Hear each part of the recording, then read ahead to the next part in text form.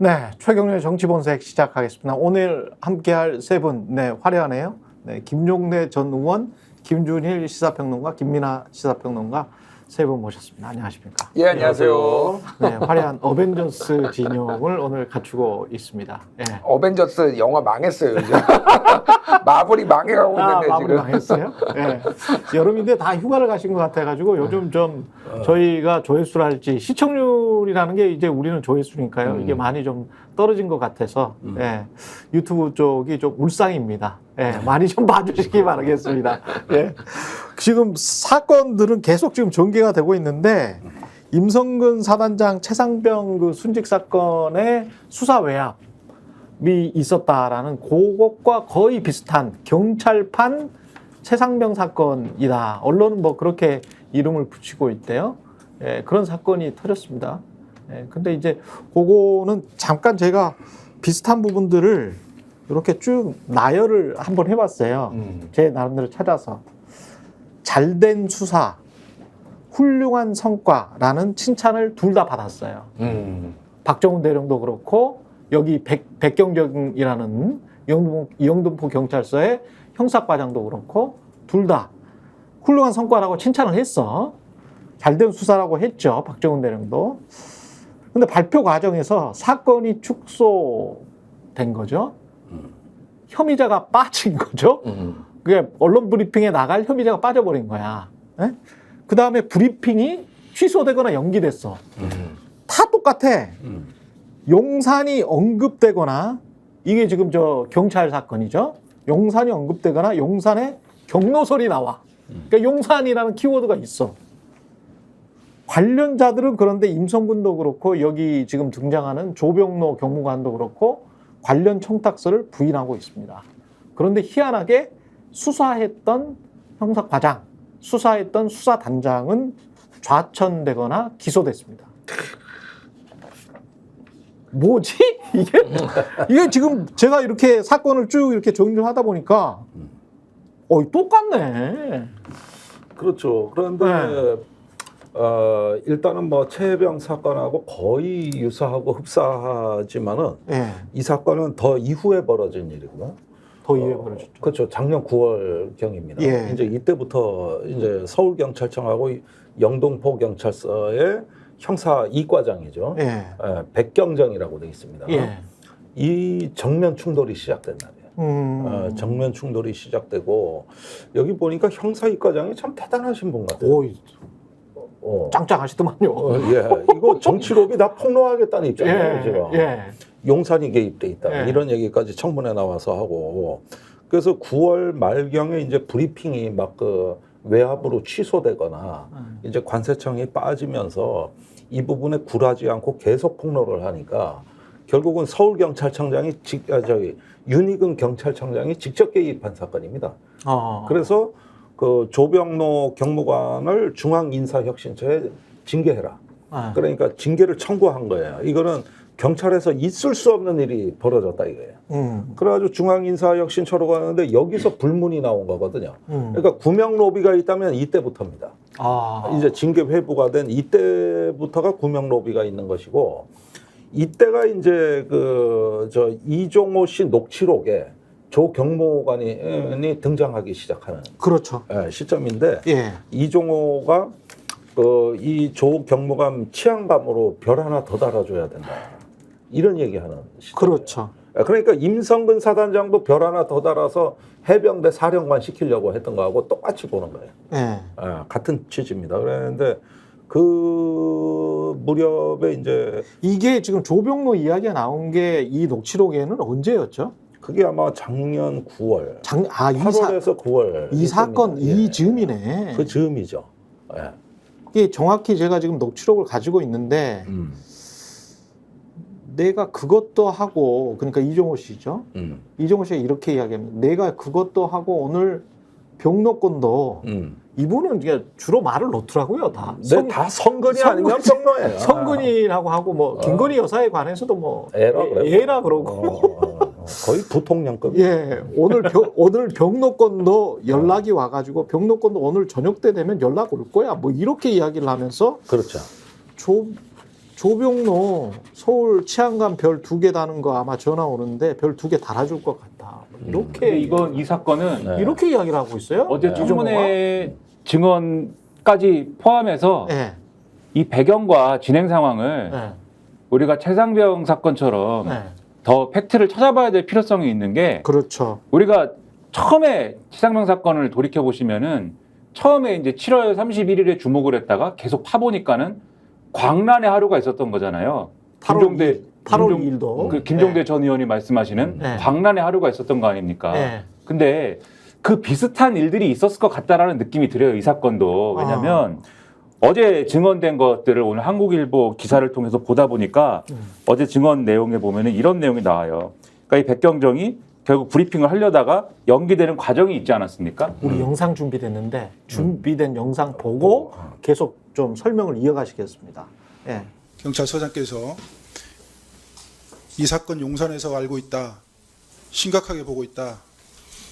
브리핑 연기하십시오. 그래서 제가 다시 묻습니다. 소장님, 제 신뢰가 깨지는 일입니다. 안 됩니다. 했더니 소장님이 지시하는 겁니다. 이렇게 얘기합니다. 단순한 사실 확인이었고 당시 형사과장도 서울청과 협의를 완료했다. 세관 관련돼서 언급하지 않겠다. 다만 기자가 브리핑 과정에 물어보면 언급할 수밖에 없다라고 상세히 저한테 설명해 준 바가 있습니다. 그래서 그것을 저는 국감 대비 차원에서 요청한 인천공항 세관장에게 전달한 게 전부입니다. 제가 이와 관련돼서 다른 곳에 전화하거나 조치한 건 하나도 없습니다. 그러니까 조병도 경무관은 그런 이야기네. 국감 대비해서 세관 이야기가 언급이 안 됐으면 좋겠다.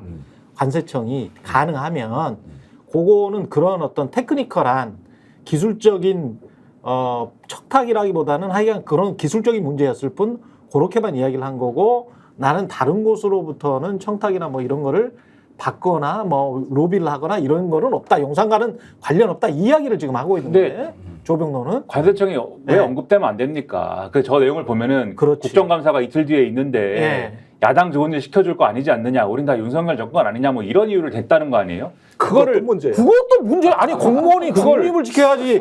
저 사람은 행정고시 출신이잖아요. 그러니까 경찰이 네. 경찰이 그걸 왜 얘기합니까? 그 누군가로부터 정치권이나 권력의 핵심부와 가까운 사람으로부터 그런 내용을 듣지 않았다면 서울청 생활안전과장 하는 사람이 그 얘기를 이 일선에 있는 영등포서 형사과장한테 뭐하러 하겠습니까? 이런 의심이 첫 번째 드는데 어쨌든 그렇지. 광란의 하루든 광란의 이틀이든 광란의 사흘이든 뭔가 있었으리라는 생각이 드는 게 저 얘기를 조병로 씨가 혼자 하는 게 아니지 않습니까? 왜냐면은 이 조병로 씨가 등장하기 전에 이미 서울청이 압력을 행사하잖아요. 서울청 차원에서.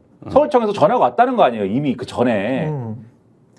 이 어제 증언한 것 중에 백경정이 서울청으로 불려갑니다. 지난해 10월 5일에. 네. 불려가서 김강호 당시 서울청장하고 형사과장이었던 비총경하고 언론 브리핑 내용을 협의를 합니다. 협의를 해요. 네. 근데 그 자리에서 비총경이 네. 백경정이 이렇게 얘기 자체를 이것 자체가 이례적이었다라고 얘기를 해요. 예, 서울청에 그렇죠. 불려가가지고 내가 브리핑하겠다는데 서울청에서 야 그 내용 협의되니까 와봐 해가지고 관계 이례적이었고 이례적이네. 아주 황당했다 이 얘기를 예. 하는데 이 자리에서 비총경이 뭐라고 그랬느냐? 네. 브리핑 하시는 거 좋아하세요? 이렇게 얘기했다. 너는 브리핑하는 걸 좋아하니? 이렇게 얘기를 했다. 뉘앙스는 너 너무 나대지 마라. 뭐 이런 뉘앙스네. 근데 이 비총경이 이렇게 얘기를 해서 아주 황당했다. 이렇게 얘기를 하고 있고 네. 그러면은 김광호 서울청장하고 비총경하고 압력을 행사한 거 아닙니까? 근데 그러네요. 김광호 서울청장이 어떤 사람입니까? 다 아시겠지만 이 정권 초기부터 경찰청장감으로 이름이 오르내렸고 이 정권의 입맛에 맞춰가지고 장애인 단체가 시위를 하면 지구까지 쫓아간다고 한 사람 아니에요. 이 정권이 아주 아끼는 인물 아닙니까?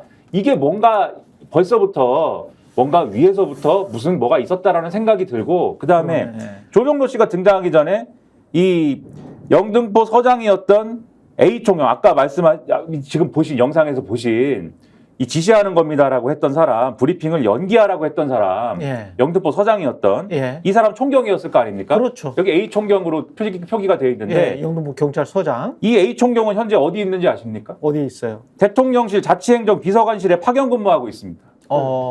그러니까 이게 사실은 뭐 그냥 뭐 돌아가면서 파견 근무하는 거예요라고 할 수도 있겠지만 그래서 대통령실 들어가기는 쉽지는 않죠. 눈 밖에 난 사람이 대통령실에 파견 가겠습니까 이게? 그렇죠.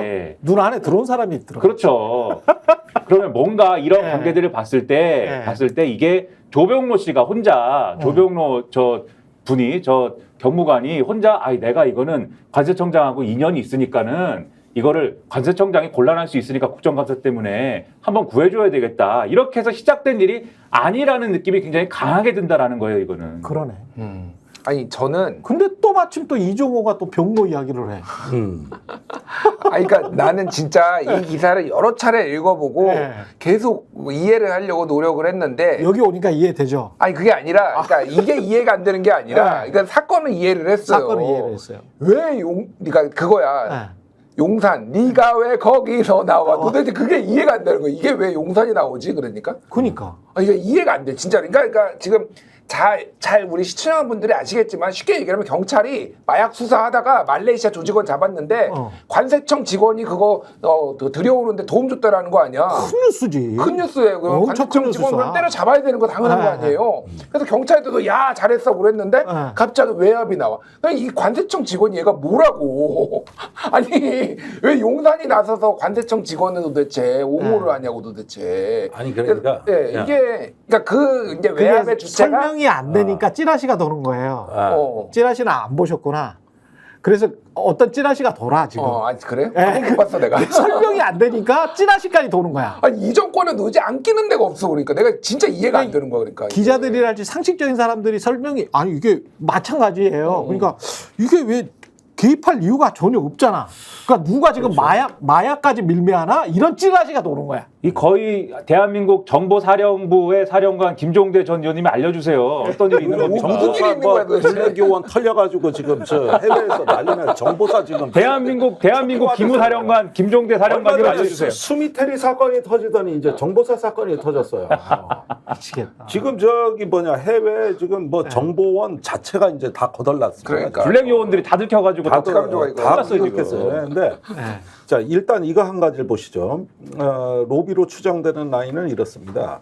그 열린 멋쟁 해변 그 채팅방에 그 카톡방에 거기에 현직 경찰 한 명이 들어가 있어요. 그렇죠. 이 사람이 그 여기 저 조병로 아니 저기 그러니까 저 조병로 예, 조병로를 오랫동안 모셨던 분이에요. 부속실장이에요. 맞아. 지금 현재. 예, 계속 따라다니면서 부속실장. 그러니까 여기가 이종호한테 이 조병로 건을 상의했을 가능성이 높은 거예요. 그러니까 이게 그 이종호가 처음부터 조병로를 알고 있었다는 근거는 없습니다. 전혀 없는데 언제부터 알았는지보다도 일단은 메신저가 그 카톡방에 있었고 그러다 보면은 구명로비가 특히 필요한 시점은 중앙인사혁신처에 회부될 시점입니다.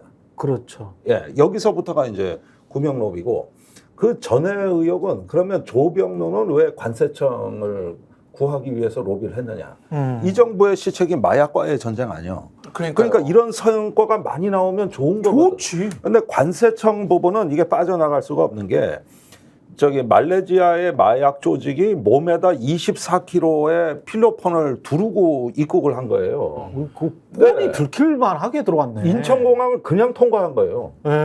그냥. 예. 아니 그 세관이라는 게 이런 거 잡으라고 있는 건데. 말이 안 되네. 몸에 두고. 그런데 어떻게 된 거냐면은 이 마약 조직이 이제 마약을 유통시키는 단계에서 이미 국내에서 뿌려질 때 잡았는데 어떻게 들어왔는가가 이제 수사 대상이 된 거예요.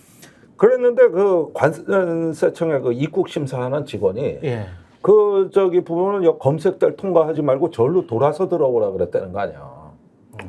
그래서 이게 빠져 들어올 수 있었던 거라고. 정상적 입국 절차라면 불가능하죠. 야, 이거는 그러면은 일단은 저 영등포의 이 백경정 저 형사 이과장 입장에서 생각해 봤을 때 이거는 분명히 관세청의 협조자가 있는 거고 협조 방식이 매우 저기 지능적이란 말이에요. 그러네요. 그러니까 이거를 수사를 해야 된다. 그렇지. 그 순간부터 압력이 들어온 겁니다, 사실은. 그때부터. 예. 여기에 이제 조병로 경무관은 나중에 등장해가지고 예. 관세청을 언론 브리핑에서 빼라. 국정감사 때 문제가 된다. 그러는데 아니 대통령이 좋아할 일 아닌가? 마약 카르텔 아, 그러니까. 거덜냈다 그러면 그러니까 왜 압력을 행사하고 그러니까 대통령이 두 명이라는 전제면은 왔다 갔다 할 수 있어요. 한동훈이랄지 윤석열 대통령은 좋아할 수 있는데 V2는 그것과 관련 없이 지금 저 빼달라고 이 전화가 왔었을 수가 있거든. 아니 그러니까 예. 제가 이제 예. 이해가 안 되는 부분은 제가 시청자분들도 이해가 안 될까. 왜 안 그렇지. 되냐면은 예. 이게 로비가 한 달이 두 달이면은 대충 이해가 가는데 지금 관세청 직원이 있잖아요. 거기에 서울청 이 조병로 경무관이 있잖아요. 예. 거기에 지금 조병로하고 관련된 게 그 멋쟁 해병의 그 경찰 예. 구독실에 따르는 그 양반 있잖아요. 거기에 이종호가 있잖아요. 그 방에 이종호와 용산이 있는 거잖아. 5단계야 이게. 아니 그러니까 이게 그러니까 만약에 관세청 직원이 직접 다이렉트로 용산을 했다든지 아니면은 직접 이종호랑 했다든지 이러면 모르겠는데 지금 단계로 보면은 4단계 아니면 5단계예요. 근데 이게 그렇지. 먹힌다고 이게? 근데 아니 나라가 이상한 거예요. 그러면 이거. 이종호는 먹히죠. 이종호는 패스트 트랙입니다. 아니 그러니까 제가 말하는 모든 거는 어떤 거, 네. 이종호 패스트트랙이다. 이종호가 굳이 왜 이렇게 먼 단계 근데 이 요 사람을 얘기를- 왜 하냐고 이거를. 여기까지 요 왜 얘기를- 해야 할 이유가 뭐가 있냐? 그러니까. 그 요 얘기를 정리를 한번 해봐야 되는데 충분히 던질 수 있는 이거를 이해를 하려면은 이 네. 사안을 이해를 하려면 뭐를 약간 시점 정리를 해야 되는데 지금 김종대 전 의원님하고 김준일 평론가님 말씀하신 거를 약간 정리를 해서 말씀드리면은 애초에 사건은 벌어진 것이고 관세청 직원이 사고를 친 것이고 그다음에 국정감사에서 이게 다뤄질 위기에 처했어요. 가장 곤란한 사람 누굽니까 그러면? 관세청장이에요. 네. 관세청장인 것이고 그러면 이 관세청장이 제가 이 상상의 나래를 펼치는 거예요. 영화 시나리오를 쓴다. 네. 관세청장이 이 베테랑 네, 이 위기에서 벗어나기 위해서는 이 위기에 벗어나기 위해서는 당연히 이 사태에 대해 사과를 자제를 하고 이실직고하고 이러는 게 전공법이지만 이 나라가 이제 그런 나라가 아니라고 전제할 때는 이 사람이 누군가에게 로비를 했을 가능성이 있다. 이제 이런 걸 전제하고 갈 때 이 예. 로비가 누군가에게 해서 로비가 먹혔다라고 하면은 그래야 이게 처음부터 설명이 됩니다. 그래서 영등포 경찰서가 브리핑을 하는 걸 우선 막는 단계가 먼저 있어야 돼요. 그걸 막아야겠다라는 게 뭔가 작동을 한 게 먼저 있어야 되고 조병로 경무관은 그 막는 단계를 거들어주는 사람 중에 하나로 등장을 하는 겁니다. 이게 1차적인 로비가 있어야 이게 설명이 돼요. 관세청장이 요 브리핑, 관세청장이든 누구든 간에 관세청장이 편의를 봐주려고 했던 사람이든 간에 요거를 막으려고 했던 로비가 하나가 있어야 되는 것이고 그러면 잠깐만. 그럼 관세청장이 직접 김건희한테 로비했다고? 그거는 아니, 모르겠는데 그게 아니고 이게 중간에 지금- 누가 있든지 간에 정리를 한 번만 할게요. 예, 정리를 한 번만 예. 할게요. 그래서 관세청장이 이 얘기에 등장하는 거를 막아야 되는 로비가 한 단계가 있어야 되는 것이고 그다음에 그걸 막기 위해서 서울청까지 등장해가지고 난리 부르스를 치는 과정이 하나가 있었던 거고 그다음에 요 얘기에 조병로 씨가 등장해가지고 그 로비든지 외압이든지를 거들었는데 이 조병로 씨가 이 외압을 거둔 사실 때문에 조병로 씨가 열심히 승진을 해보려고 한 게 안 되는 사안이 된 거예요. 그다음에 이게 징계를 당한 사안이 된 거죠. 그치. 그래서 이 징계를 무마시키기 위한 로비가 또 한 번 작동을 해야 됩니다. 그렇죠. 이 징계가 무마되는 단계가 또 한 번 있어야 돼요. 그래서 그러네. 이것도 작동을 한번 해야 되는 거고 네. 그 두 단계가 작동을 하면서 이 백경정이라는 사람은 2번에 걸쳐서 사실은 피해를 당해야 이 스토리가 완성이 된다. 이렇게 봐야 되는 겁니다. 그러니까 이거는 나라가 아니야. 이게 다 사실이라면은 박종훈 대령하고 케이스가 이건 나라가 아니야. 예. 그렇죠. 뭐 임성근 구하기가 먼저, 그 다음에 박정훈 제거가 그렇죠. 두 번째. 1막, 2막 뭐 이 또 똑같아요. 지금 상황이. 그런데 예. 여기까지 움직이려면은 이건 서울청이나 저기 경찰청장 수준이 아니에요. 지금 서울청에서 외압을 행사했지만 경찰청장은 이 외압에 동조한 게 아니라고. 예. 그러니까. 경찰청장은 이거 경찰에서 있을 수 없는 일이 벌어졌다. 이렇게 경로했다고. 외압과 로비의 고리에서 경찰청장은 지금 패싱 당한 거예요. 왜냐하면 모른 거지 않습니까? 이 상황을. 몰라가지고 이 정권의 권력의 이 어떤 사슬 속에서는 징계 요청하면 안 되는 사람한테 지금 징계 요청을 한 거잖아요. 근데 제가 하나만 아까 말씀드린 걸 다시 한번 상기시키면은 경찰청장은 이 로비와 외압의 고리에서 패싱 됐는데 패싱이 안 된 사람이 지금 있어요. 킹망호 서울청장입니다. 지금 그러니까 얘기는. 이게 정확하게 이창수 서울중앙지검장이 용산이랑 직거래하고 지금 최근에 이제 이원석 패싱했듯이 이것도 윤희근도 지금 패싱이 된 거야. 그러니까 그래서 서울경찰청장이 거의 비슷한, 그러니까 서울중앙지검장이나 경찰로 따지면 서울 이제 저 지방경찰청이니까 여기에서 지금 직거래를 했다라고 봐야 되는데 이건 나는 진짜 상상 초월이야. 그러니까 이거는 진짜 앞부분은 그러니까 조병로와 이종호의 관계는 뭔지 모르겠습니다만은 이종호의 녹취록에 등장을 하는 거는 사실이잖아요. 병로라는 녹취록에 등장을 하고 그다음에 이제 제가 조병로 경무관의 그 양력이랑 이런 것들을 그 전에 이제 쭉 그 파악을 해놓은 걸로는 서울대 경제학과 출신이고 행정고시 패스를 했거든요.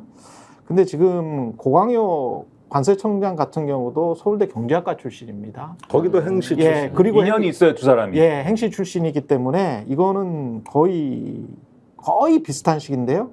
그리고 나이도 그렇고 나이도 한두 살 차이이기 때문에 거의 비슷한 시기이고 그래서 학교에서 굉장히 뭐 서울대가 물론 경제학과가 꽤 인원수가 많긴 하지만 이 정도면은 서울대 인맥, 경제학과 인맥으로도 충분히 서로 간에 알았을 가능성이 굉장히 높다.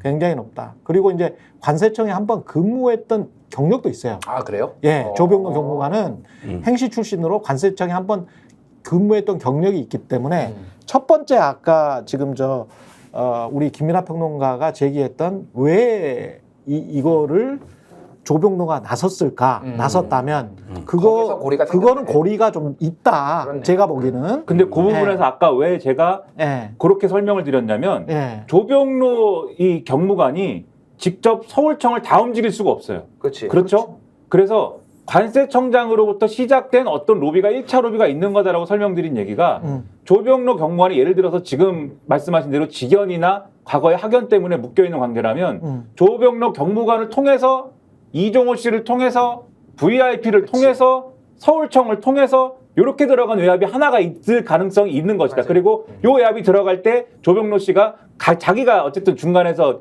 요걸 메이드를 한 거니까 옆에서 또 백경정한테 전화해서 거둔 거지 이거를. 요렇게 진행이 되고 그다음에 요 외압을 행사한 것 때문에 자기가 징계받는 과정에 또 한 번 요게 돌았을 가능성이 있다. 요런 말씀을 뇌피셜로 혹시 이걸 보시면 그러니까 이게 경찰 관계자분들 뇌피셜로 드린 것이다. 아니 이거는 거의 정확하다고 보는데, 그러니까 이렇게 설명을 해도 이게 네 단계예요. 그러니까 그렇지. 이게 도는 게, 그러니까 그렇지. 나는 이거 미친 것 같아. 농담이 아니라. 근데 임성근 이게 임성근 여기- 사단장도 사실은 본인도 본인의 로비가 왜 어떻게 성공했는지 정확히 모르고 그럴 수도 있었을 있어요. 가능성이 굉장히 높습니다. 지금은 어렴풋하게 짐작은 하겠지만 본인의 로비가 있었다면 로비가 어떻게 성공했는지가 어느 누구에 의해서 누구 손에 의해서 누구한테 올라가 가지고 누가 뭘 작동시켜줬는지를 몰랐을 가능성이 높거든. 맞아요. 근데 그거를 김종대 의원님이 설명을 해주신 것 같아. 설명을 해주신 거 그때야 그렇게 일이 풀린 건가라고 됐을 것 같거든요. 근데 아까 조병로와 지금 고광효는 우리가 상식적으로 생각하는 그런 행시와 서울대 경제학과 그 라인, 그 다음에 관세청에서 근무를 했었다라는 그런 어떤 인연들, 그런 거 가지고 세관 직원은 좀 그 브리핑에서 뺐으면 좋겠다는 그런 말이 있네. 뭐 이런 정도로 만약에 전달을 했다면 그 이후에 사람들 날려버리고 뭐 이런 것들 있지 않습니까? 네. 이런 것들은 이 사람들도 모르는 어떤 힘이 그러니까, 작용했을 맞아. 가능성이 있다는 그러니까 거예요. 왜냐하면은 이거 하나 말씀드리면 이 조병로가 지금 직책이 서울경찰청 생활안전부장이에요. 네. 마약 담당이 아니에요. 그거 아니야. 마약 담당이 여기 형사부장이 해야 되는 거예요. 네. 형사부장이 마약 담당이기 때문에 사실은 본인이 직접적으로 외압을 행사할 수 있는 자리가 아닌 거야. 그러니까 사실 네. 이거는 위에서 만약에 이거 누구였지? 백경정이 만약에 이 사람한테 전화 받았으면은 아니 당신 소관도 아닌데 왜 전화를 하시지? 약간 이렇게 생각을 했을 거라고 분명히. 그러니까 말씀하신 대로 이거는 김광호까지 엮어 들어가야지만 서울경찰청장이 이 밑에서 이제 할 수가 있는 상황이니까 그렇지. 여러 차례 로비가 갈 수밖에 없는. 그러니까 이게 너무 이상한 나라예요. 제가 보기엔 진짜로 계속 이해가 안 되는 게 왜 이런 식으로 나라가 운영되고 지금 내가 너무 순진한 거야? 아니 근데 한 방에 뭔가가 싹 정리가 8월 2일 날에도 그렇게 되잖아요. 몇 번 정리를 하고 난 다음에 한 방에 싹 정리가 되고 갑자기 수사단장이 압수수색 당하고 기소가 돼버리지 않습니까? 아니 그러니까 용산이 개입하면서 일이 커진 거예요. 그러니까. 야, 이게 군 내에서 찌그락찌그락 했으면은 그치. 나중에 용산은 이거를 이제 정리하는 단계에 개입하면 되는데 그렇죠. 아니면 경북경찰청 단계나 네. 그런데 모든 단계의 개입을 용산이 하면서 이 사건이 커진 거거든요. 맞아요. 근데 이 사건의 경우에는 중앙인사혁신처 단계가 용산이 개입하는 단계로 보입니다. 지금 그걸 빼고는 전부 경찰 내에서 일이에요. 그렇지. 경찰 내에서 또는 관세청하고 일이라고. 그러네. 그런데 이제 저 관세청 같은 경우는 경찰 라인에다가 로비를 하다 안 되니까 구명 운동을 이제 용산으로 했을 가능성이 높고 그 과정에서 저기 브리핑에서 관세청 부분을 빼라는 지시가 내려옵니다. 그때 용산이 심각하게 보고 있다는 말이 처음 나온 거예요. 아. 그게 영등포 경찰서장이라고. 그렇죠. 그러니까 이때가 1차적으로 경찰에서 이게 경계선을 넘어갈 때 이때 용산이 개입하고 두 번째가 중앙인사혁신처란 말이에요. 그러네요. 여기가 용산이 개입한 두 번째라고 보는 것이죠. 그러니까 이 사건은 일단 박정훈 대령처럼 외부에 브리핑하는 단계부터 탈이 난 거예요. 그러니까. 네. 그것도 7월 30일에 다 예정돼 있었는데 7월 31일에 취소하라고. 갑자기 그냥 취소해버리라고 했잖아요. 그러니까 그게 여기서는 영등포 경찰서장이 그 역할을 맡고 있죠. 이종섭 장관처럼. 그러네. 예, 그래가지고 이게 경찰청 바깥으로 이게 확산되는 조짐에서 딱 용산이 바위처럼 맞고 나선 사건입니다. 이거를. 그렇죠. 아니, 그러니까 저 의원님 나 진짜 궁금했는데 계속 아직도 이해가 안 되는데 그럼 김건희가 로비의 대상이었다고 치고 그러면 김건희가 얻는 이득은 뭐야? 나는 이게 잘 이해가 안 돼. 계속 이종호를 달랠 수 있잖아요. 계속 이종호를 달랠 수 있죠. 항소심 지금 9월 13일인데 네. 뭐라도 삐끗하게 말을 하면 예. 이종호와 권오수는 집행유예 상태에서 여기서 이제 엑싯을 부드럽게 해야 되잖아. 거의 상당히 이제 우리가 보기에는 제가 판단하기에는 상당히 경감된 처벌을 받았잖아요. 예. 그리고 김건희 여사도 관련해서 한번 의례적인 조사 한번 받고 끝난 거잖아요. 지금 상황이. 그러면 끝까지 본인이 무혐의 되고 이 사건이 그냥 완결되고 도이치모터스 사건이 완결되고 그러려면 끝까지 뒤를 봐줘야 되지 않겠어요? 그러니까 뭐 전 뒤를 봐주는 거는 이해가 가는데 이 로비를 다 받아주는 방식으로 꼭 뒤를 봐줘야 돼. 이미 3부도 던져주고 네. 뭐 해줄 거 다 해줬잖아. 사실은 이거는 던져줬는지 안 던져줬는지 뭐 모르지. 사실상 그렇게 보내고 지금까지 사실은 이 정도 주가 조작이면 실형이 나와도 상관없는데 저 집행유예를 어쨌든 다 사실상 막아줬다고 저는 보는데 뭐 이렇게 해주고 있잖아요. 근데 이 로비까지 모든 로비를 다 김건희가 받아줘야 된다고? 난 진짜 범죄 공동체야 이거는 그냥. 그래서 이해가 안 돼 그러니까. 그래서 찌라시가 나오는 겁니다. 그래서 찌라시에 별소리가 다 있어. 근데 이제 그런 것들은 제가 다 거르고 말씀을 드리는 거기 때문에 우리가 팩트에 근거해서 추정할 수 있는 부분까지만 상식적인 선에서 아직까지는 그래도 나라가 그렇게는 돌아가겠지. 설마 무슨 영화처럼 무슨 직접 범죄를 하고 그렇겠어? 그런 말씀은 안 드리는 거죠. 그래서 뭐 삼부토건과 같은 경우도 설마 여사가 대통령 영부인인데 직접 주가 조작에 무슨 뭐 쩐주로라도 참여하고 그랬겠어. 이런 저는 아니 그러니까 순수한 생각을 가지고 있어요. 말씀인데 아니 그러면은 박근혜 대통령이 뭐 직접 미르케이를 만들어서 네. 거기서 비자금을 뽑아가지고 직접 그렇게 했겠습니까? 그건 최순실이 한 거고. 그렇지. 거기에 박근혜 대통령은 촉진자 역할을 한 거예요. 자기 그 권력을 사용해서. 그렇죠. 이건도 다 마찬가지예요. 그러면 김건희 여사가 뭐 여기저기 뭐 경무관 하나 뭐 해가지고 뭐 거기서 뇌물을 받았겠어. 아니면 삼부토건에다가 뭐 자기 계좌를 들었겠어. 뭐 그거는 권력은 촉진자 역할만 하면 되는 거지. 혹시 몰라.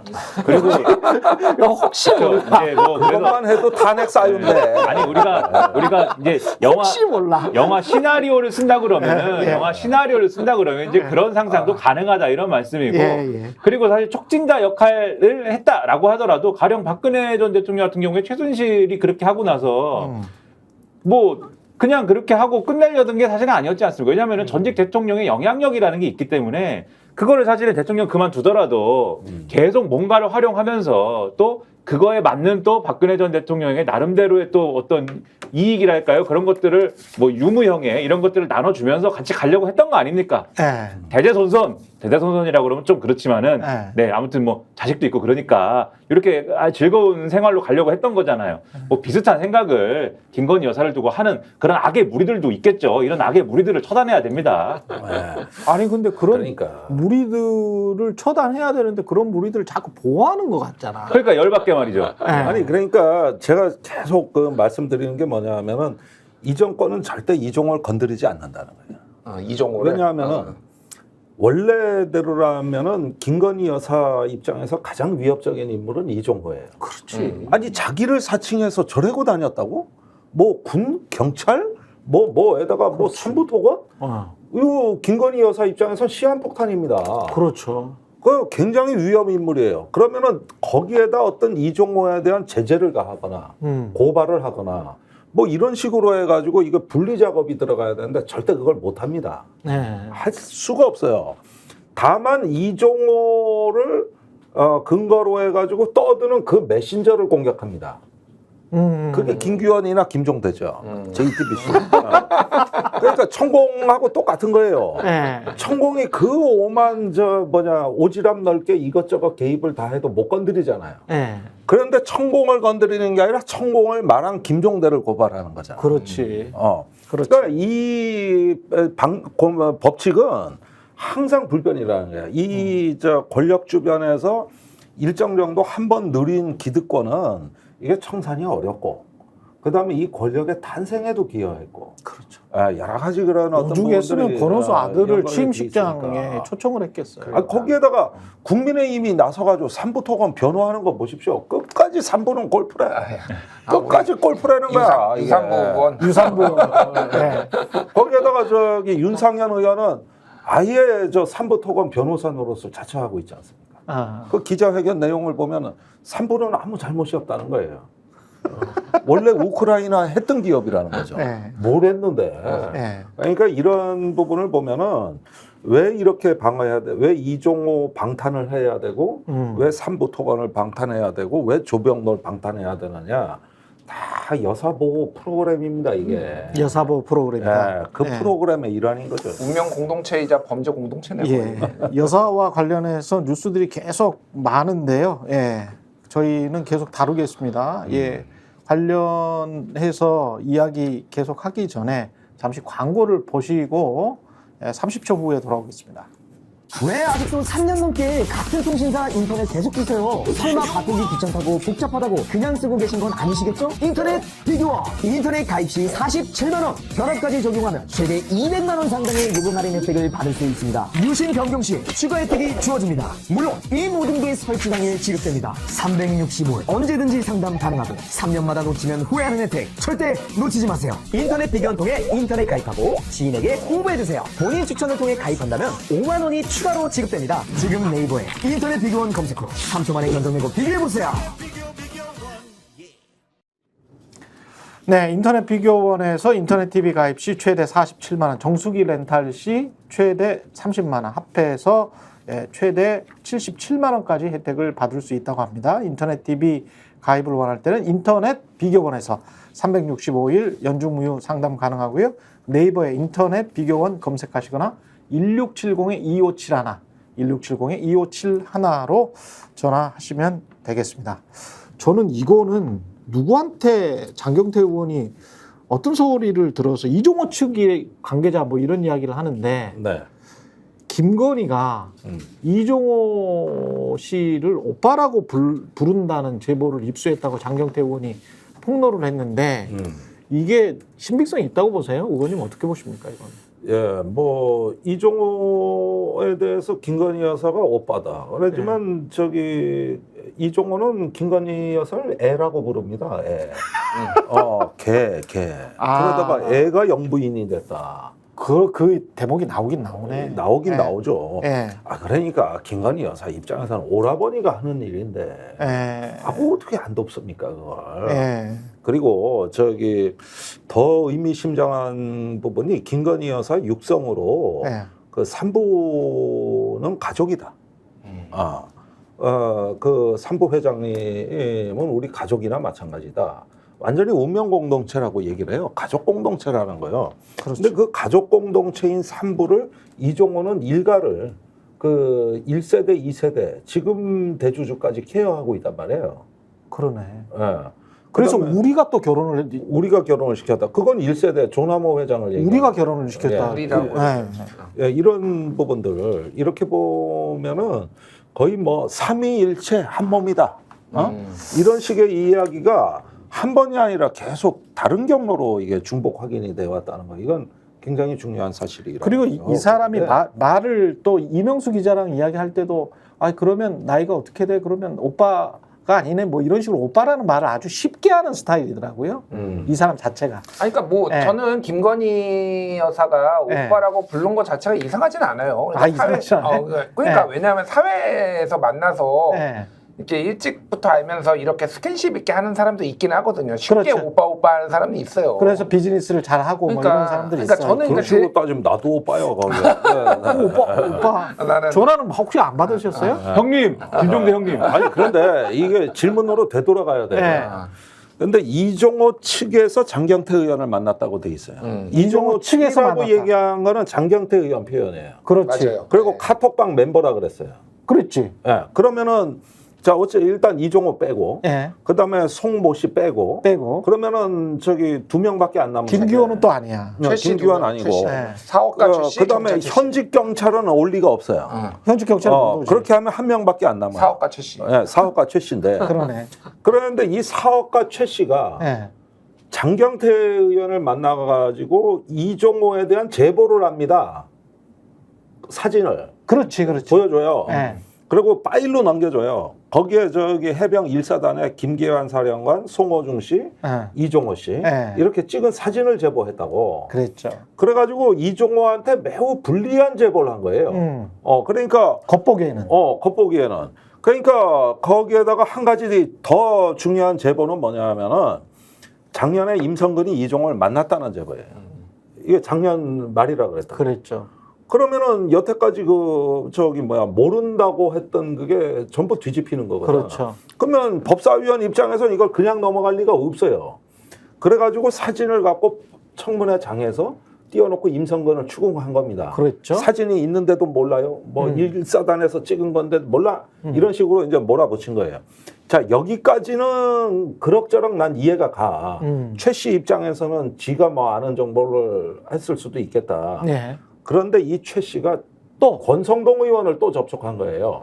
자, 이중 첩자인가? 그러니까 이게 뭐냐면은 그 김규현 변호사가 최 씨한테 전화한 일이 있어. 미안하다고. 이게 고문이 아니게 카톡방이 보도가 돼서 했는데 내 의도는 아니었는데 그렇죠. 일이 이렇게 커져서 당신은 아무 상관도 없는 사람인데 본의 아니게 이렇게 드러나게 돼서 내가 몹시 미안하다.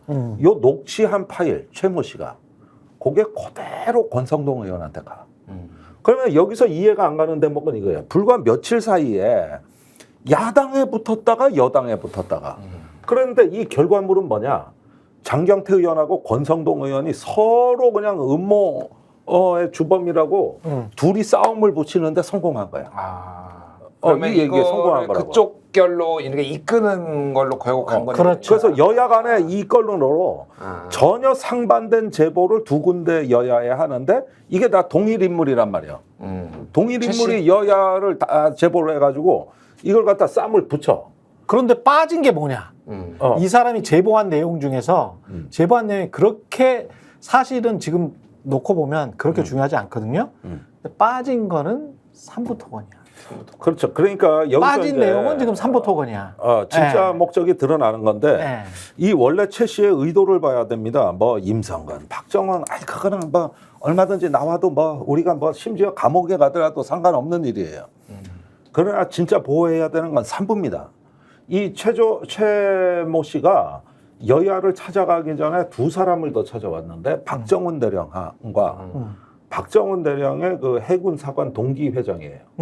근데 여기에 찾아온 목적이 삼부는 골프라는 얘기를 하러 찾아온 거라고. 그렇지. 그리고 국회 가서도 그 얘기를 한 거예요.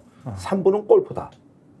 이 얘기 하러 간 거예요. 근데 누가 물어보지도 않았는데 찾아다니면서 그 얘기를 한다는 거예요. 그러니까 이 여야 간에 자기를 신뢰하도록 이런 녹취 파일하고 사진을 제공한 건 신뢰감을 얻기 위해서였고, 그 신뢰감을 획득해서 여야를 싸움 붙여 놓은 다음에 3부는 빼라고 이제 주문을 하는 거죠. 그렇죠. 예. 예. 3부는 골프다. 이 얘기를 하고 싶은 거예요. 그래서 그러니까 여기 그 카톡방의 그 진정한 본질이 해병대냐 3부냐 이게 궁금한 겁니다. 왜 3부를 그토록 차단하냐 이게. 그리고 왜 윤상현 의원이 갑자기 나서서 3부는 뭐 주가 조작한 적 없다. 원래 우크라이나 그 사업 하던 데다. 근데 내용을 보니까 허접해. 세미나 한번 참석했다는 거예요. 이게 무슨 사업이냐고. 그렇죠. 공시에도 없고. 그런 게 있다면은 뭐 사업 부서가 있고. 그렇죠. 해외 지사가 있고. 한 명이라도 그다음에 파견하고. 공시가 있고 이래야 되는데 없어요. 없습니다. 그래서 근거로 된 게 세미나예요. 그러면 이거는 근거가 안 되는데도 왜 윤상현 의원이 갑자기 3부를 디펜스하고 나섰을까? 그다음에 유상범 의원은 골프가 3부라고 개망신을 당하면서 그 발언을 했을까?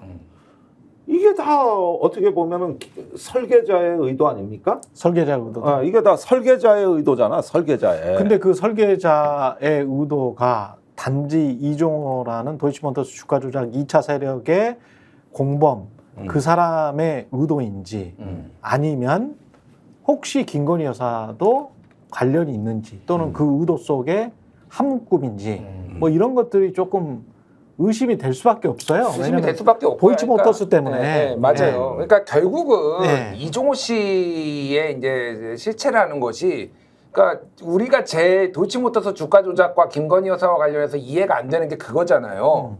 본인이 가지고 있는 돈의 한 절반 이상 현금을 그러니까 주장에 따르면은 이종호나 뭐 이런 모르는 사람한테 맡겨서 알아서 거래를 하게 몇 년간 하게. 그래서 결과를 보니까 통장에 23억 원이 들어와 있어. 세상에 이제 이런 거래가 어디 있냐고요. 그러니까 제가 말하는 거는 이종호라는 사람을 뭐 오빠라고 부르든 뭐라고 부르든 굉장히 신뢰했거나 같이 모의를 했거나 뭐 이렇게 볼 수밖에 없는 거죠. 그러니까 이 사람이 선수라는 거를 익히 알고 있는 거고, 결국은 이 사람이 더 고급 정보에 다가갈 수 있는 상황이었다라고 한다면 이종호가 뭐를 할 수 있겠어요. 그러니까 이거는 결국은 정보를 빼내가지고 이렇게 3부가 됐든 뭐가 됐든 이런 거를 지금 주가 조작이나 뭐 주가 조작이든 아니면은 주가에 이제 미리 이제 주식이 띄울 거를 알고 미리 들어가서 사는 거 뭐 이런 걸 할 수밖에 없는 거로 지금 추정이 되는 거잖아요. 그렇죠. 그러니까 결국은 여기에는 김건희 여사가 이 사람을 관리하기 위해서 정보를 줬거나 아니면은 같이 했거나 뭐 이렇게 이제 볼 수밖에 없는 거죠. 그러니까 지금. 김건희 여사의 재테크 패턴을 보면, 제가 재테크 전문가로서 말씀을 드리면, 예, 주식으로 돈을 번 사람입니다. 우리나라는 두 가지 유형이 있는데, 부동산과 보통 부동산으로 돈을 많이 벌잖아요. 최은순 씨는 부동산으로 돈을 번 사람이고요. 김건희 씨 같은 경우는 주식으로 돈을 벌어요. 주식으로 돈을 번 다음에 부동산으로 돈을 번 본인의 모친을 이렇게 해서도 돈을 벌 수 있어요 라고 하면서 끌어들인 걸로 보입니다. 그래서 같이 이제 도이치모터스도 작업을 하고 그랬던 것 같은데, 이게 너무 그 사람들이 이게 도이치모터스 주가 조작이나 이런 게 그냥 그 맡겨놓고 뭐 대통령의 말대로 맡겨놓고 지들이 알아서 굴렸다 뭐 이런 정도로만 지금 생각을 하고 있는데 너무 인연이 길어. 오래됐어. 오래됐어요. 도이치모터스라는 회사가 상장하기도 전에 유상증자로 도이치모터스 주식을 한 근 20년 전에 배정을 받아. 그리고 밑에 있는 그 도이치 파이낸셜이라고 그 캐피탈하는 회사거든요. 할부 렌트해서 이거 얼마나 단단한 회사예요. BMW 빌려주고 그 할부 금융해주는 회사인데. 자동차 할부 회사. 자동차 할부 회사. 그 회사의 4대 주주가 돼. 창립 초기부터. 그리고 그 이후에 또 주식을 더 원했는지 주당 800원에 또 사. 근데 주당 800원이 그 즈음에 산 미래에셋증권 1,000원보다 더 싼 가격이야. 개인이 어떻게 우리나라 대형 금융기관 중에 가장 원탑이라고 할 수 있는 삼성증권, 미래에셋증권인데 미래에셋증권보다 어떻게 더 싸게 받습니까? 이게 특수관계가 아닐 수가 없어요. 근데 도이치모터스는 또 코바나 콘텐츠에 각종 전시 후원을 한 8, 90%를 해줘. 한 12개 중에서 한 10개를 해줘. 당시 2020년에 홈페이지 나온 것 중에 12개 중에서 한 10개를 해준다니까? 코바나 콘텐츠 무슨 그 멋있는 거 많이 하잖아요. 저 예술의 전당에서. 맞아. 그거를 도이치모터스 BMW에서 다 해줍니다. 12개 중에서 한 10개를. 그럼 누가 봐도 이거 오고 가는 아주 깊은 비즈니스 관계잖아. 근데 본인 이사 명함 파고 다녔잖아요. 도이치 파이낸셜 4대 주주가 됐잖아. 창립 초기부터. 그리고 난 다음에 도이치모터스는 말도 안 되게 산업은행으로부터 대출받아. 산업은행으로부터 어떤 도매업하는 중소기업이 대출을 받습니까? 250억이나. 그렇게 하면서 또 BW 발행해. BW 발행해가지고 또 주가 조작한 것 같은데 BW로 돈을 또 먹어. 김건희가 또 먹어. 이게 지금 한 15년, 20년 동안 일어난 일이에요. 맞아요. 더 있을 수도 있어요. 그 통정매매도 했잖아. 통정매매도 그거 하나 걸린 거야. 3,300원에 8만 주 매도하셈. 그것도 또 받아주고 지가 또 직접 전화했. 지가라고 하기는 좀 죄송하네. 예, 여사님이 직접 전화를 했잖아. 예? 바로. 이게 그러면 이게 지금 어마어마한 관계지 이거는. 그렇죠. 예. 깊고도 넓은 관계. 겨우 그 중에 한 건 주가 조작 하나 그 수사해놓고 예. 아직까지 기소도 못 하고 있는 겁니다. 그러니까요. 나머지는 손도 못 대고. 그러니까요. 예. 그러니까 이게 작년에 그 이복형 금감원장이 이 한국 자본주의를 아주 병들게 만드는 주가 조작을 엄벌하겠다고 하죠. 그래서 작년에 엄벌자가 나온 게 제일 많이 나온 게 주가 조작하고 마약이에요. 그렇죠. 근데 두 군데가 다 지금 재판이 된 거 아니에요, 지금. 아, 그러네. 그런데 하나는 사회 건강을 침식하고 공동체 파괴하는 마약이고, 하나는 한국 자본주의를 병들게 하는 그러네. 이 자본재 시장의 아주 마약 같은 존재. 예. 이 두 가지예요, 이게. 그런데 이종호 다 관련돼 있잖아, 지금. 이게. 아니 최상병 순직 사건도 우리 국민들이 가지고 있는 그 뜨거운 애국주의를 망쳐버리는 거잖아요. 그러니까. 그러니까 이게 보수건 진보건 누가 주장을 해도 이건 다 보편적 가치인 거야. 이 관련된 사건들이. 네. 근데 그것들을 파괴해버리고 그거를 파괴했던 사람들을 좀 이렇게 봐주는 것 같다는 거지. 네. 마약 사범 빠져나가고 주가 조작 빠져나가고 뭐 다 빠져나가 나라 거덜나는 거지 그거 뭐. 거기다 이제 또 다른 보편적 가치인 언론 자유에 관해서 이야기를 안 할 수가 없는데요. 아 근데 우리가 이렇게 열띤 토론을 하는 중에 예. 윤석열 대통령이 예. 이진숙 방통위원장 후보자 인사청문 보고서를 예. 이제 재송부 요청을 했는데 재송부 요청했어요. 예. 예. 근데 기한이 하루지. 보통 하루 주지 않습니까? 그래도 하루는 주지. 하루 주는 것도 우리 깜짝 놀라잖아요. 네. 오늘까지 하래요. 오늘까지. 오늘까지 하래. 나 이건 새롭다 이건 좀. 오늘까지 해라. 내일까지도 아니고 오늘까지. 네. 오늘까지 해라. 나 내일 임명할 거니까 오늘까지 해라. 반나절. 오늘 밤에 임명할 수 있겠네. 오늘 밤 12시. 12시 1분. 예, 12시 1분에. 12시 1분. 예. 와. 오늘까지 해라. 이건 네. 새로운 기록인 것 같습니다. 이거 김종대 의원님 이거 국회에서 이런 사례가 있었어요? 저는 기억이 안 나가지고 오늘까지 해라. 아니 모든 게 처음인데 뭐 이렇게 하면 이제 오늘 아예 탄핵 발의 준비를 했다가 내일 임명하고 한 2시간 만에 탄핵 발의를. 예. 와, 이게 대박이죠. 진짜. 아니 근데 그 2시간 사이에 박문진 이사를 바로 이제 바로 이제 선임하고 그 다음에 이제 본인은 탄핵에서 떠나간다고 할지라도 그다음에 박문진 이사가 또 MBC 사장을 쫓아내고 뭐 이런 지금 이걸 지금 원하는 거 아니에요? 지금 윤석열 정부가 원하는 게 조합 빠르게 가 이걸 하는 조합 빠르게 거죠. 가 예. 바꿔 2배로 가. 예. 어차피 뭐 탄핵할 거 아니야 이러면서 조합 빠르게 가 이렇게 가는 거죠 지금. 네, 아니 뭐 다른 건 모르겠는데 이게 약간 그 서부의 총잡이들이 누가 먼저 총 꼽나 이런 거잖아. 기다리고 있다가 그러네. 걔도 그렇고 지금 윤석열도 그렇고 좀 이런 스탠바이 딱 이런 느낌인데. 네. 그러니까 나는 다른 것도 그렇고 이명박 정부 때도 그렇고 이 언론에 대한 피해의식이 정말로 크다. 그러니까 이게 언론 장악을 하면은 우리 정부가 좀 더 인정을 받고, 그러니까 그때도 이때 광우병, 미국산 쇠고기 이제 광우병 논란 그것 때문에 MBC PD 수첩이 우리 정권을 망쳤다. MB 때도 그래가지고 막 장악하고 막 이런 난리가 났었잖아요. 똑같은 것 같아요. 그러니까 피해 의식이 망상에 가깝다고 보는데 바이든 날리면만 아니면은 우리 정권이 잘 됐을 거야. 약간 이런 생각을, 그러니까 좌파 언론들이 이태원 참사도 일으켰어. 뭐 이런 거잖아요, 지금. 네. 그러니까 아주 큰 망상이다, 내가 보기에는 이거는. 그러면은 갑자기 대통령 지지율이 MBC 장악하면은 막 40, 50 오릅니까? 그러니까 내가 보기에는 이거는 망하는 길로 가고 있다, 진짜로. 예, 그렇게 보여요. 예. 이진수 방통위원장은 뭐 하루가 될지 한 달이 될지 모르겠습니다만은 이 법인카드 배임 문제나 이런 것들은 형사 고발당할 것 같은데. 이건 고발이지. 뭐. 네, 이 건과 관련 없이 예. 이 고소 고발은 청문회와 관계없이 한다는 거예요. 예.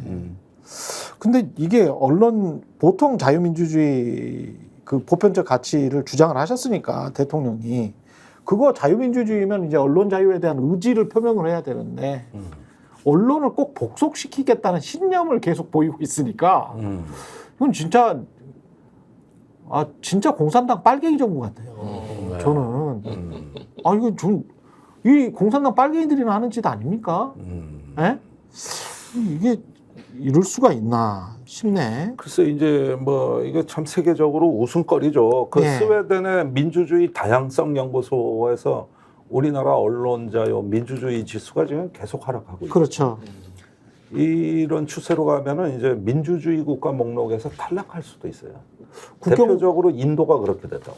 그랬어요? 이제 네. 인도는 민주주의 국가가 아니에요. 아, 아시다시피 그 간디와 네루를 이으면서 우리가 인도를 존경했던 것은 그 식민지에서 해방되면서 정치 체제가 민주적인 체제로 그렇죠. 구축이 됐다는 거 하나였는데 이젠 그마저도 없어지는 거예요. 근데 우리가 그 뒤를 따르고 있죠. 이게 정치 공학적으로만 너무 봐서 죄송스럽기는 합니다만은 이게 임명과 동시에 탄핵을 하고 그러면은 박문진 그런데도 이 박문진 이사 임명은 강행을 할 것이고 뭐 이렇게 되면은 그 윤석열 정부가 원하는 그 수순대로 이른바 방송 장악을 할 수가 있다고 보세요. 근데 어떻게 이게 보십니까? 절차에 문제가 있는 것인데, 네. 그러니까 이준석 의원이 이제 예방적 탄핵에는 동의하지 않는다 뭐 이런 얘기를 했지 않습니까? 그러니까 탄핵이라는 게 뭐냐에 대해서 직무를 맡고 나서 불법적 행위를 했을 경우에 그 불법적 행위를 한 것에 대한 책임을 물어서 탄핵을 하는 거잖아요. 그래서 그 불법적 행위가 사실은 지금 조합 빠르게가 이 국면에서는 박문진 이사 공영방송 이사 선임의 건이 될 가능성이 큰 거지 않습니까? 그렇죠. 즉 그것을 결정해야 그것을 근거로 탄핵을 할 수 있다는 논리가 성립이 되는 것인데, 그래서 예방적 탄핵이라고 누군가 주장을 한다면은 그 예방적 탄핵은 그런 결정이 없는데 그냥 탄핵을 하는 경우가 예방적 탄핵이겠죠. 그렇죠. 그래서 어떻게 할 거냐.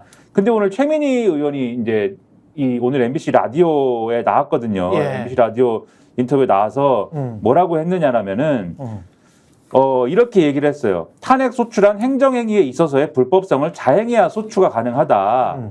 그러니까 질문이 윤석열 대통령이 임명장 주면은 바로 탄핵 소추 절차에 돌입을 하는 거냐라고 물었는데, 그렇죠. 탄핵 소추라는 건 행정행위에 있어서 불법성을 자행해야 소추가 가능하다.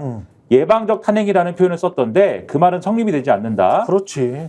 미완의 이인구조, 방통위 설치법을 위반한 미완의 이인구조에서 중요 결정을 했을 경우 불법적 행정행위가 벌어진 거고, 그러고 나면 거기에 대해서 법적 책임을 묻는 거다. 이렇게 얘기를 해서 결국은 의결을 하면 거기에 대해서 탄핵을 하겠다는 거거든요. 그러네요. 그럼 아마도 지금 이제 공영방송 이사들은 이미 준비가 다 돼 있는 거 아닙니까? 지금 그렇죠. 다 예. 지금 하겠다고 원서 내고 지금 난리가 난 거잖아요. 예. 아마 의결에 관한 거를 결정은 하고 그 다음에 탄핵이 되면 탄핵 소추를 내면 사퇴하고 하지만 이미 결정을 했기 때문에 그거에 근거한 절차가 일부 진행이 되고 이런 방식으로 갈 가능성이 높아 보인다. 그러니까 요 좀 보론을 하자면은 이거는 사실은 지금 이렇게 가면은 결국은 용산이 이기는 게임이에요. 그러니까. 그러네. 예, 그럴 수밖에 없어요. 그러니까 예. 이거는 그러니까 예방적 탄핵도 말씀하셨지만은 기본적으로 공영방송 이사들을 교체하는 거를 막을 방법이 없습니다. 뭐가 됐든. 왜냐하면은 지금 현행 법대로 하는 거니까. 현행 법대로 하면은 사실 2인 체제 자체가 불법이라는 얘기도 있지만은 이거는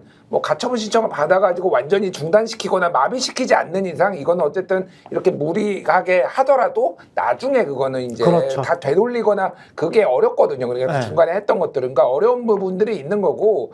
결국은 이 부분은 이제 다른 방식으로 풀릴 수밖에 없는데 제가 이제 개인적으로 안타깝고 좀 한 거는 이 KBS도 그렇고 MBC도 그렇고 이분들이 너무 많은 그 상처를 가지고 있어. 그러니까 이런 게 반복됐을 때 지금 한 15년 된 거예요. 예. 제가 산 증인 아닙니까? 그러니까 네. 해고되고 스케이트장은 지금 없어졌다고 하는데 네. 뭐 이렇게 뭐 보내고 막 이런 것들이 또 이제 자행되는 것에 대해서 좀 개인적으로 썰매장도 만들지 몰라요. 예, 그러니까 네. 이게 좀 개인적으로 가슴이 아프다라고 보고 네. 결국은 야당도 이제 이 부분에 있어서 이제 이 다음 단계를 좀 준비를 해야 돼요. 그러니까 어떤 식으로 할지 요거를 가지고 탄핵만으로는 지금 이제 이 대화가 되는 상황은 아닌 것 같다. 예, 그렇게 보여요. 근데 이제 KBS랑은 약간 좀 다른 게 저는 그 말씀을 좀 듣고 싶어요. MBC의 구성원들은 어떻게 대응할까? 그게 굉장히 좀 궁금하거든요. 사실은 뭐 언론 자유와 관련해서 MBC도 비슷할 거라고 보는데 KBS 같은 경우는 그걸 KBS라는 언론사지만 KBS라는 회사를 다니는 거잖아요. 그러면 한 50% 이상의 사람들은 솔직히 말해서 언론 자유와 본인의 직무와 관련이 없어요. 경영이랄지 기술이랄지 뭐 이렇게 정말 테크니컬한 어떤 그 행정적인 그런 자기가 업무를 맡고 있다라고 하면 무슨 관련이 있습니까? 아무 관련이 없죠. 지금 제일 문제가 되는 곳은 보도국하고 시사국이잖아요. 그 다음에 이제 라디오에서 시사하는 쪽, 요 정도인데 그러면 그 사람들은 소수라는 거지. 늘 어느 언론사, 어느 방송사건. 뭐 신문사 같은 경우는 기자들이 압도적 다수기 때문에 좀 다른 경우고 방송사 같은 경우는 그 사람들이 늘 소수야. 보도국의 기자나 시사 관련 PD들이 늘 소수기 때문에 이 사람들이 이제 본인들의 언론 자유를 위해서 싸웠을 때 구성원들이 얼마나 이제 그 사람들이 뭉칠 수 있느냐 또는 구성원들이 얼마나 지지해 줄 수 있느냐 그리고 그랬을 때 사회적으로 어떤 파장을 불러올 수 있느냐 그게 KBS처럼 뭐랄까요 상당히 좀 허무하게 KBS는 그냥 싸우지도 않고 그냥 내줘버린 거잖아요. 그렇게 갈 것이냐 아니면 양상이 좀 다를 것이냐 요것과 관련해서는 조금 설왕설래할 것 같습니다. 사실은. 그 얘기가 예. 내부의 사람들한테 밖에서 말은 하기 쉽죠. 그렇죠. 예. 예. 아니, 뭐 열심히 싸우라고 다 얘기하죠. 그렇지. 웬만한 사람들은 다 얘기합니다. 예. 그런데 MB 때 그 상처가 아직도 아물질 않고 있어요. 그렇지. 너무나 많은 희생을 치렀거든요. 예. 그러니까 노조에서 일단은 옛날같이 싸울 만한 동력이 없다는 이야기가 자주 나오고 있고 그때 비해서는 지금 많이 어떤 그 나이도 먹었고 저 예. 동력이 예전 같지 않다는 말이 나오고 있고 예.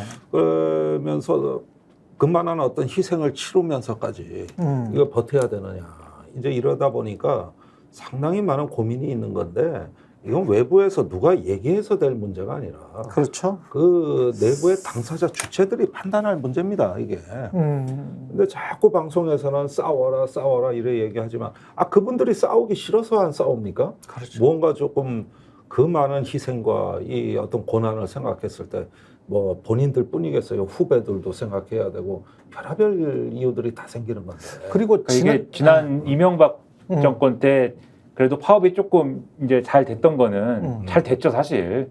방송사에서 파업했는데 그렇게 잘 되는 거는 제가 볼 때는 뭐 10년 단위로 한 번 있는 일이고. 어떤 회사에서 파업을 했어도 그 정도 잘 될 수는 그렇죠. 없어요. 그렇죠. 예. 국민들이 다 지지해주고. 그렇죠. 근데 예. 기본적으로 그런 조건이 마련이 됐던 거는 어쨌든 회사 차원에서 단합이 어쨌든 잘 됐던 거잖아요. 근데 그때 왜 잘 됐을까를 잘 생각해 보면은 물론 이제 당시에 이명박 정권에 대한 문제의식이 컸기 때문이기도 하겠지만 그런 논리가 있었어요. 너무 경영진이 회사를 많이 망가뜨려서 국민들이 회사를 외면한다. 보지 않는다, 방송을. 그래서 시청률도 떨어지고 모든 예를 들면은 이 지표가 이 경제적인 부분까지도 다 악화돼서 이대로 가다가는 이게 정치적으로 뭘 지켜야 되는 것들도 있지만 언론 자유나 이런 걸 지키기도 해야겠지만 회사가 망한다. 이게 이 절박감이 사실은 있었다고 생각을 하거든요. 그래서 아까 말씀하신 보도국이나 뭐 이런 데가 아닌 부분들도 기자나 이런 직군이 아닌 분들도 어느 정도의 뭐 다 나갔고 뭐 이렇지는 않았겠지만 또 내부에서 또 왜 저래 뭐 이런 분들도 있었지만 그래도 어느 정도의 공감대는 있지 않았을까 이렇게 생각을 하는데 일부분이라도 지금은 근데 지금은 이제 그때하고 환경이 이제 많이 달라진 측면들이 있는 것 같아요. 예. 예를 들면은 확실히 지난 정권 때 그리고 지금 MBC가 또는 뭐 KBS가 많이 시청률도 높았고 그것도 여러모로 이제 시절이 좋았지 않습니까? 예. 객관적으로 봤을 때. 예. 그렇다고 해서 근데 예를 들면 경제적인 어떤 어려움이나 그런 것들이 막 해소가 되고 막 이제 좋았느냐. 그것보다는 미디어 외적인 환경 변화나 이런 것들이 더 크게 좌우되고 흔들렸던 측면들이 있는 거거든요. 예. 그래서 이런 문제 때문에 그러니까 기자나 이런 분들, 이런 직군의 절실한 언론 자유나 이런 문제를 경영 직군이나 또는 뭐 광고, 예를 들면 엔지니어 이런 부분들에서 이 더 절실하게 느끼지 않을 가능성들이 있다. 이런 좀 부정적인 생각이 먼저 드는데 그런 것들을 돌파할 수 있는 국민적인 여론을 좀 모아서 그걸 가지고 설득하는 과정들이 필요할 것 같다. 그래서 좀 더 사실은 MBC나 KBS의 내부에 있는 사람들이 노력할 필요도 있겠지만 훨씬 더 많이 노력해야겠지만 그거는 우리가 충분히 많이 얘기하지 않습니까? 최경영 기자님도 그렇고 밖에서의 더 절박한 어떤 응원이라든가 이런 여론 형성도 크게 필요한 상황이 아닌가 이런 생각을 많이 합니다. 예. 여기까지 하겠습니다. 김준일 평론가 뭐 덧붙이실 말씀 없고요. 아니 뭐 좀 예. 아는 분들이 많아가지고 눈에 예. 굉장히 밟히고 예. 뭐 그분들이 조금 우리 시청자분들 국민들이 보기에 조금 미흡하게 투쟁한다고 해서 비난은 안 했으면 좋겠어요. 그리고 나름의 고충이 있고 다른 방식으로의 또 싸우는 방식이 있으니까 예. 조금 일단은 뭐 지켜보면 좋겠습니다. 여기까지 김종대 의원님 그리고 김준일 평론가 그리고 김민아 평론가였습니다. 고맙습니다. 감사합니다. 네. 청년의 정치본색 저는 내일 다시 10시 50분에 돌아오겠습니다. 고맙습니다. 저희가 얘기할 때 오셔가지고 라이브로 관전하시기 바랍니다. 반드시 주변 사람들 데리고 오시기 바랍니다. 구독, 좋아요, 알림 설정 해주시기 바랍니다. 좀 살려주십시오, 저 좀.